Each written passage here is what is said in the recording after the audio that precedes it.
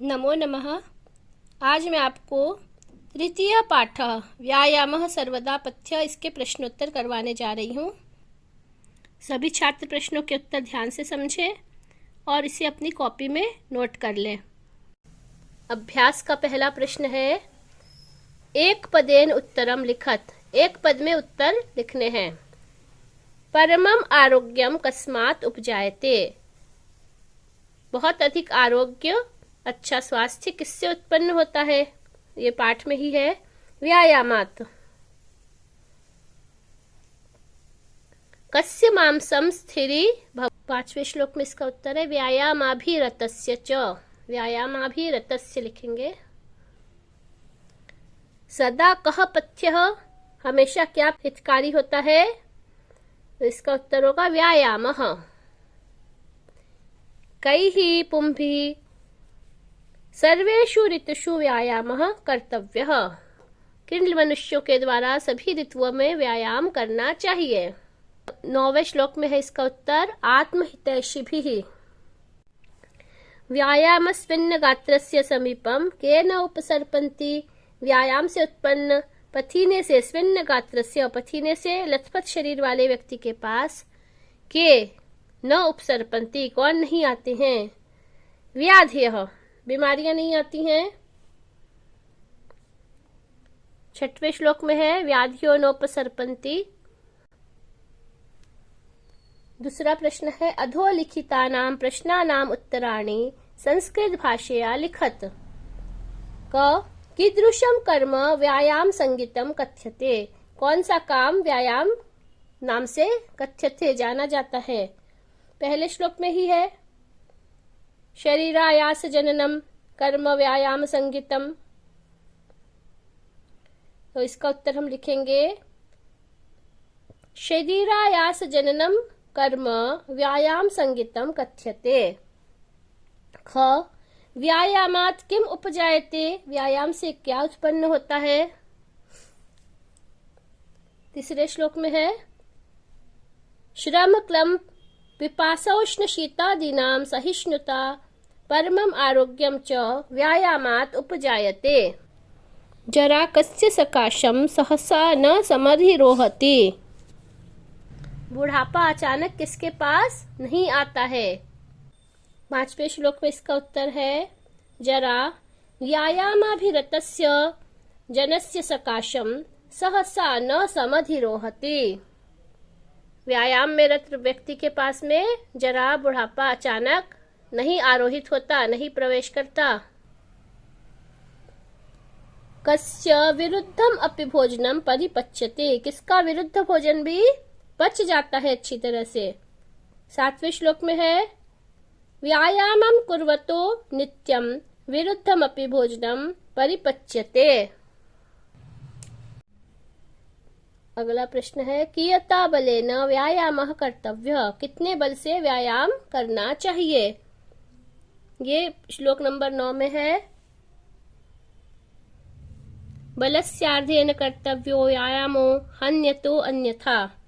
बलस्य अर्धेन व्यायामः कर्तव्यः। आधे बल से व्यायाम करना चाहिए। अर्ध बलस्य लक्षणम किम। श्लोक नंबर 10 में है व्यायामं कुर्वतः जन्तोः हृदि स्थान स्थितः वायुः यदा वक्रम प्रपद्यते तद अर्धबलस्य लक्षणम्। तीसरा प्रश्न है उदाहरणम् अनुसृत्य कोष्ठकगतेषु पदेषु तृतीया विभक्तिं प्रयुज्य रिक्त स्थानानि पूरयत। कोष्ठक में ये कुछ शब्द दिए हैं, इन पदों को तृतीया विभक्ति में प्रयोग करके रिक्त स्थान की पूर्ति करना है। जैसे यहाँ पे उदाहरण में दिया है गुणैः हीनमपि सुदर्शम करोति। बलस्यार्धम बलस्यार्धेन तृतीया विभक्ति हो जाएगी। बलस्यार्धेन व्यायामः कर्तव्य। आधे बल के द्वारा आधे बल से व्यायाम करना चाहिए। से द्वारा होता है। फिर सदृशम किंचित स्थौल्यापकर्षणम नास्ति। यहाँ पर व्यायाम लिखा है, व्यायाम को हमको तृतीया विभक्ति में प्रयोग करना है। व्यायामेन सदृशम किंचित स्थौल्यापकर्षणम नास्ति। विना जीवनम व्यर्थम, विद्या है, विद्या का तृतीय विभक्ति में विद्यया होगा, विद्यया विना जीवनम व्यर्थम। सह चरण खंजः अस्ति चरणेन, तृतीय विभक्ति का एक वचन में चरणेन होगा, दोनों पैरों से है यदि चरणाभ्याम, सह चरणाभ्याम खंजः अस्ति। सूपकारः भोजनम जिघ्रति, यहाँ नासिकया एक वचन में ही आएगा, सूपकारः नासिकया भोजनम जिघ्रति, एक ही नाक है हमारी। चौथा प्रश्न है स्थूल पदम आधृत्य प्रश्न निर्माणम कुरुत। स्थूल पद है, ये मोटे मोटे में लिखा है, इनके आधार पर प्रश्न बनाने हैं और ये उत्तर है, उत्तर का प्रश्न बनाना है। पहला है शरीरस्य आयास जननम कर्म व्यायामः इति कथ्यते। शरीरस्य षष्ठी विभक्ति है तो प्रश्न भी षष्ठी विभक्ति में आएगा। किम शब्द का षष्ठी विभक्ति एक वचन कस्य, कस्य आयास जननम कर्म व्यायामः इति कथ्यते। अरयः व्यायामिनं न अर्दयन्ति, अरयः शत्रु। प्रथमा विभक्ति बहुवचन में है तो यहाँ पर हम प्रथमा विभक्ति बहुवचन जो है पुल्लिंग का कह कौ के व्यायामिनम न अर्दयन्ति लिखेंगे। आत्महितैषिभिः सर्वदा व्यायामः कर्तव्यः, आत्महितैषिभिः आत्महित करने चाहने वालों को। तृतीय विभक्ति बहुवचन में है, यहाँ पर जो प्रश्न है वह भी तृतीय विभक्ति बहुवचन का होगा। कई ही सर्वदा व्यायामः कर्तव्यः, कह कौके किम कौकान केन काभ्याम कई ही, है ना। तृतीय विभक्ति में बहुवचन में लिखेंगे। व्यायामं कुर्वतः विरुद्धम भोजनम अपि परिपच्यते, व्यायाम करने वालों का विरुद्ध भोजन भी पक जाता है। अब यहाँ विरुद्धम को प्रश्न में करना है, कैसा भोजन, विरुद्धम भोजनम, कीदृशम होगा। व्यायामं कुर्वतः कीदृशम भोजनम अपि परिपच्यते, किस प्रकार का भोजन पक जाता है। गात्राणां सुविभक्तता व्यायामेन संभवति, गात्राणाम केशाम, केशाम सुविभक्तिता व्यायामेन संभवति, किनकी, षष्ठी विभक्ति बहुवचन है।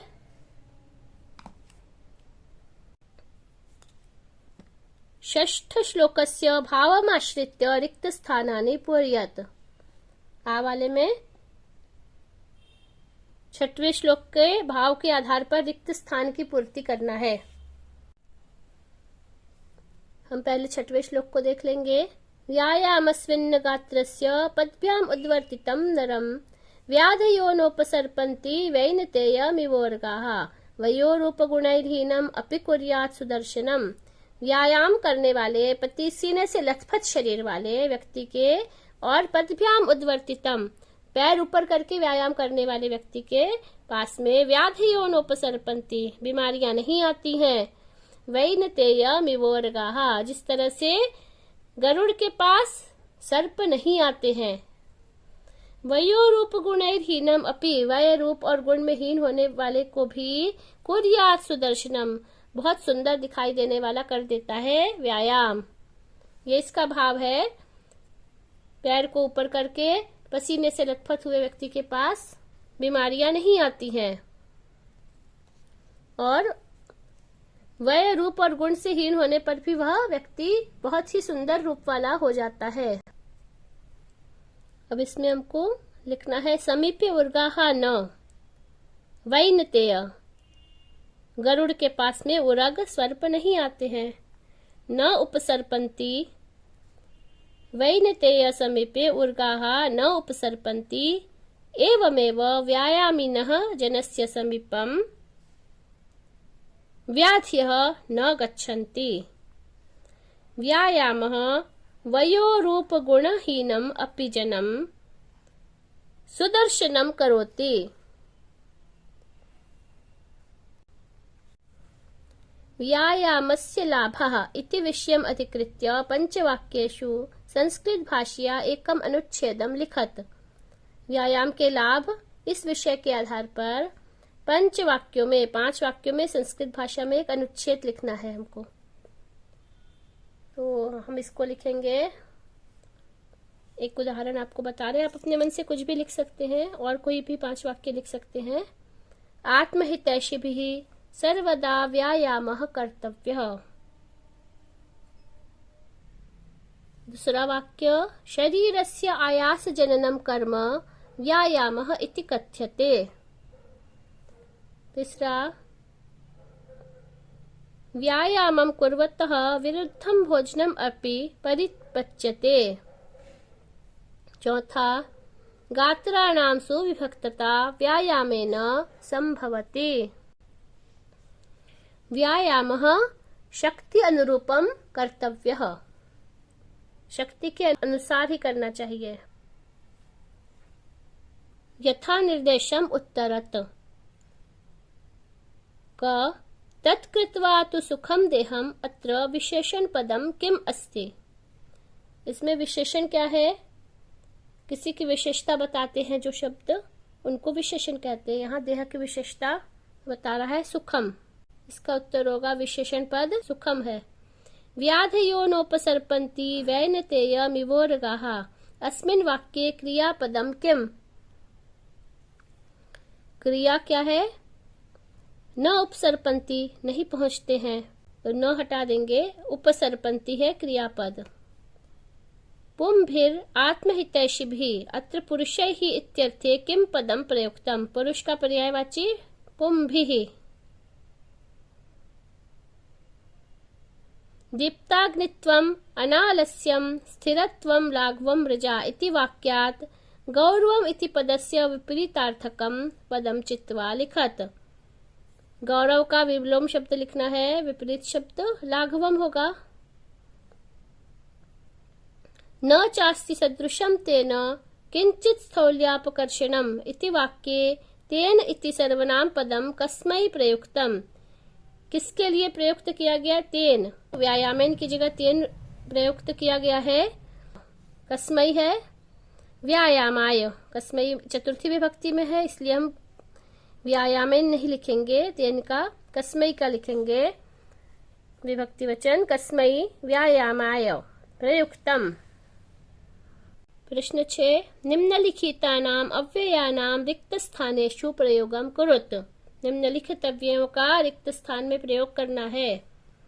क व्यायामः कर्तव्यः। क्या उचित है यहाँ पे? सर्वदा। सर्वदा व्यायामः कर्तव्यः। मनुष्य सम्यक रूपेण व्यायामं करोति तदा सः स्वस्थः तिष्ठति। यदा और सदा दो आएंगे यहाँ। यदा मनुष्य सम्यक रूपेण व्यायामं करोति तदा सः सदा स्वस्थः तिष्ठति। व्यायामेन असुन्दराः अपि सुन्दराः भवन्ति। व्यायामिनः जनस्य सकाशं वार्धक्यं सहसा नायाति। व्यायामेन सदृशं किंचित् स्थौल्यापकर्षणं नास्ति। व्यायामं समीक्ष्य एव कर्तव्यम्। सभी हो चुका है, केवल ये बचा है, इसी को लिखेंगे। व्यायामं समीक्ष्य एव कर्तव्यम् अन्यथा व्याधयः आयान्ति। अगला प्रश्न है, उदाहरणम् अनुसृत्य वाच्य परिवर्तनं कुरुत। कर्मवाच्य से कर्तृवाच्य में हमको वाक्य बदलने हैं। आत्महितैषिभिः व्यायामः क्रियते। कर्तृवाच्य में होगा आत्महितैषिणः व्यायामं कुर्वन्ति। कर्मवाच्य में जो क्रिया है क्रियते पच्यते, ये क्रिया कर्म के आधार पर होती है और कर्तृवाच्य में कर्ता के आधार पर क्रिया होती है। व्यायामः क्रियते आत्महितैषिभिः, जो इसमें कर्ता है इसमें तृतीया विभक्ति हो गई है। आत्महितैषी व्यक्तियों के द्वारा व्यायाम किया जाता है और आत्महितैषी व्यक्ति व्यायाम करते हैं। अंग्रेजी में एक्टिव और पैसिव वॉइस होती है, उसी तरह से है ये कर्मवाच्य और कर्तृवाच्य।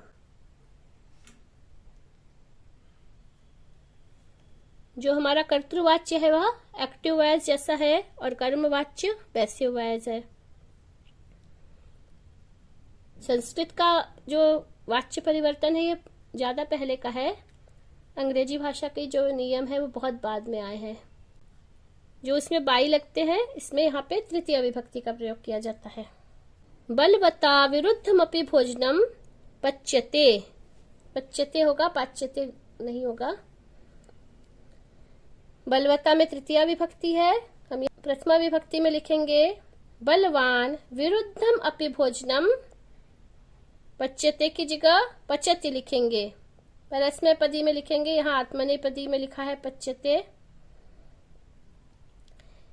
जनैः व्यायामेन कान्तिः लभ्यते, व्यायामेन जनाः, जनैः क्या जनाः करेंगे, जनाः व्यायामेन कान्तिः, कांतिम करेंगे इसको, कांतिम लभन्ते, लभ्यते नहीं होगा, लभते लभेते लभन्ते, लभन्ते कर देंगे। मोहनेन पाठः पठ्यते, तृतीया विभक्ति है, इसका प्रथमा विभक्ति करेंगे मोहनः पाठम पठति। इसमें देखिए यहाँ तृतीया विभक्ति और जो सारे कर्म है, कर्म में प्रथमा विभक्ति है। मोहनः पाठम पठति। लतया गीतम गीयते, लतया तृतीया विभक्ति है, इसको लता कर देंगे, प्रथमा विभक्ति एक वचन में लता, गीतम गीयते गायति, गीतम गायति। सभी में यहाँ पे जो कर्ता है इसमें तृतीया विभक्ति है। जब हम कर्तृवाच्य में करेंगे तो सभी कर्ता में प्रथमा विभक्ति हो जाएगी और जो क्रिया है वह कर्ता के आधार पर होगी, न कि कर्म के आधार पर। दोनों में विशेषता यही है। इसका अलग से एक आपको समझा देंगे, कर्तृवाच्य कर्मवाच्य का पूरा। 7वां, अधोलिखितेषु तद्धित पदेषु प्रकृतिम प्रत्ययम च पृथक कृत्वा लिखत। प्रकृति मतलब मूल शब्द और प्रत्यय को अलग अलग करके पृथक पृथक करके लिखना है। पथ्यतमः, ये आपको पहले समझा चुके हैं, तमप प्रत्यय। पथ्य तमप, सहिष्णुता सहिष्णु तल प्रत्यय, अग्नित्वम अग्नि और त्व प्रत्यय, स्थिरत्वम स्थिर त्व प्रत्यय, लाघवम लघु अण प्रत्यय।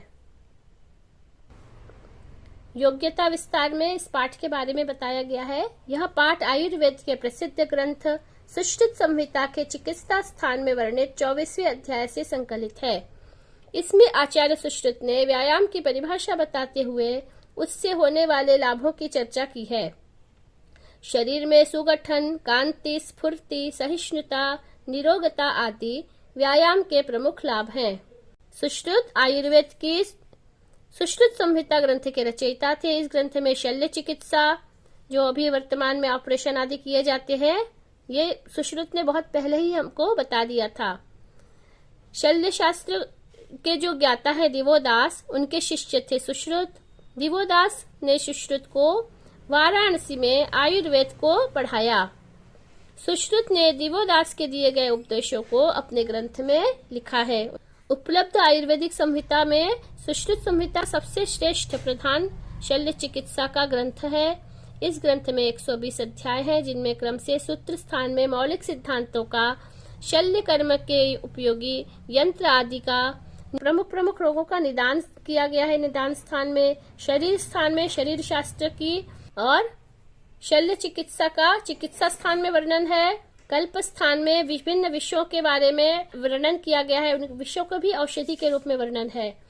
इसके उत्तर तंत्र में 66 अध्याय हैं। वैनतेय मिवोर्गाहा, कश्यप ऋषि की 2 पत्नियां थी, कद्रु और विनता। विनता का पुत्र गरुड़ था और कद्रु के पुत्र सर्प थे।